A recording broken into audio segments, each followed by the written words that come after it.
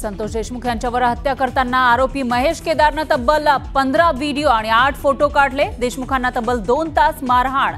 दोषारोपपत्रातून धक्कादायक माहिती समोर।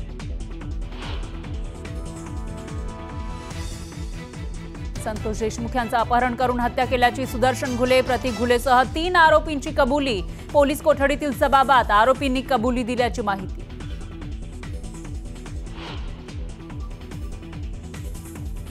सौगाते मोदी नाही तर सौगाते सत्ता हेच भाजपचं उद्दिष्ट। बटेंगे तो कटेंगे म्हणणारे आता सौगात देणार। उद्धव ठाकरेंची मोदींवर घणाघाती टीका।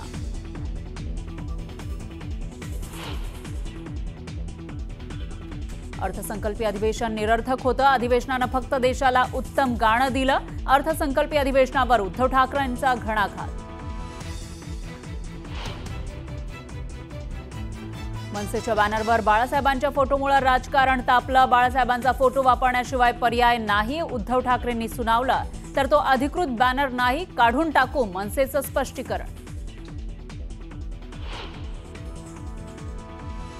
औरंगजेबची कबर काढून टाकण्याची राहुल शेवाळे यांची मागणी। केंद्रीय सांस्कृतिक मंत्री गजेंद्र शेखावत यांची भेट घेऊन पत्राद्वारे केली मागणी।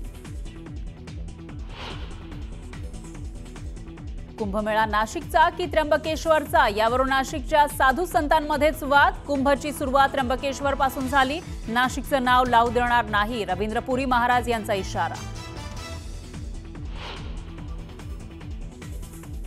हिंजवडीमधील कंपनीतील चौघांना जिवंत जाळल्याचं प्रकरण। जळीत कांड प्रकरणातील आरोपी जनार्दन हुंबर्डीकरला 29 मार्चपर्यंत पोलीस कोठडी।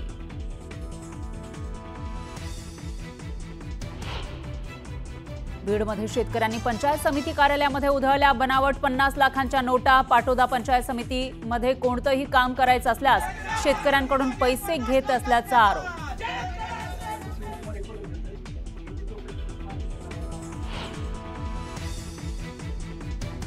स्वारगेट पीडितेकडून राज्याच्या मुख्य सचिवांना पत्र। पुणे पोलिसांवर केले गंभीर आरोप। असीम सरोदेंची विशेष सरकारी वकील म्हणून नेमणूक करण्याची ही मागणी।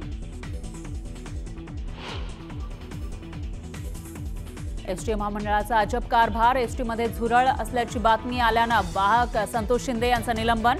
तर संतोष शिंदे यांनीच काढला होता झुरळांचा व्हिडिओ।